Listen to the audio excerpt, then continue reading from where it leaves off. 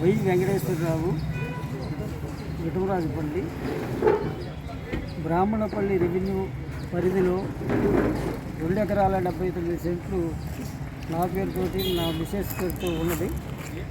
Resurvey పేరుతో జరిగిన దాంట్లో 9 సెంట్లు తగ్గించేశారు. దీని మీద మేము దరిదాపు 6 నెలల కాలం నుంచి ఈ ఎంఆర్ఓ ఆఫీస్ గారికి, ఆర్డీఓ గారికి, కలెక్టర్ గారికి అనేక అర్జీలు పెట్టి ఉన్నాం. రీసర్వేలో మా భూమి తగ్గించి మా పక్కన ఉన్న వాళ్ళకి 8 సెంట్లు యాడ్ చేశారు. వాళ్ళకి ఎకరం 50 సెంట్లు ఉంది, ఎకరం 58 సెంట్లు యాడ్ చేశారు. ఇదేమిటని చెప్పేసి ఇక్కడ ఉన్నటువంటి ఈఆర్ఓ బ్రహ్మారెడ్డి, మండల సర్వేయరు రవికుమారు, శుభాని అని చెప్పేసి స్థానిక ఉన్నటువంటి సర్వేయరు, వీళ్ళ ఎన్నిసార్లు అడిగినా మౌనమే సమాధానం, సరైనటువంటి సమాధానం లేదు.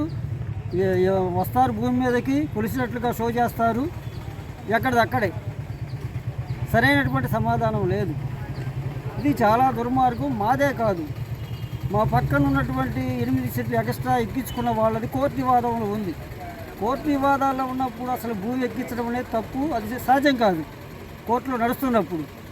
కానీ అది ఎక్కించడమే కాకుండా మాది ఒక 8 సెంట్లు ఎక్స్ట్రా ఎక్కించారు. ఇక్కడ ఉన్నటువంటి రెవెన్యూ యంత్రాంగం అనేది ఎంత అవినీతి అక్రమాలకు పాల్పడుతుందంటే చెప్పడానికి వీలు లేదు. అనేకం ఉన్నాయి ఈ బ్రాహ్మణపల్లి రెవెన్యూ పరిధిలో.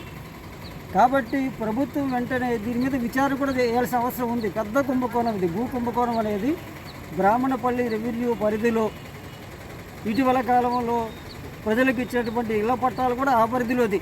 175 ఎకరాల ప్రభుత్వ భూములు కూడా ఉన్నవి. ఇంకా అనేక అక్రమాలు ఉన్నవి. చాలామంది బాధితులు ఉన్నారు.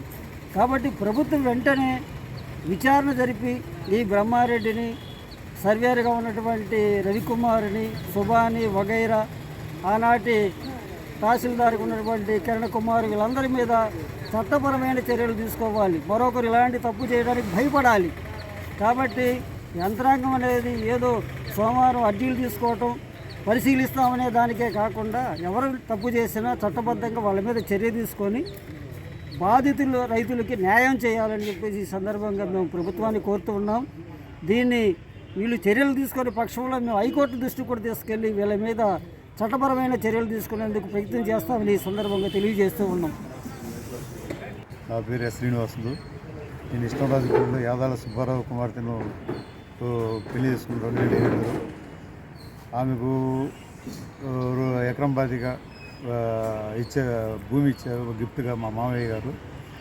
ఆ భూమిని వాళ్ళ ఆర్టీసీ డ్రైవర్ చిన్న సుబ్బారావు అని ఆయన నాది భూమి మా తమ్ముడు నాకు 300 రూపాయలకి అమ్మినాడని చెప్పి ఒక దొంగ కాగితం సృష్టించి ఆ కాగితంతో భూమిని మా పాస్ పుస్తకాలను రద్దు చేయించి వాళ్ళు భూమిని ఎక్కించుకొని కోర్టు వివాదంలో ఉండగానే ఈ బ్రహ్మారెడ్డి వాళ్ళు కొత్తగా వచ్చిన పాస్బుక్లో ఎన్ని ఇవ్వటం చేశారు.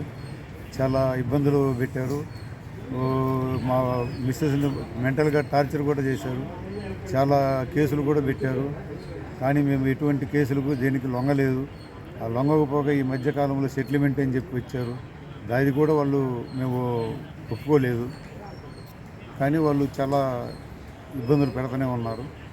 మేము ఇట్లా విఆర్ఓలు వీళ్ళందరూ వాళ్ళకి సహకరించి డబ్బులు తీసుకొని దొంగతనంగా ఇలా చేయటం వల్ల మేము చాలా సఫర్ అవుతున్నాము, చాలా ఇబ్బందులు పడుతున్నాము.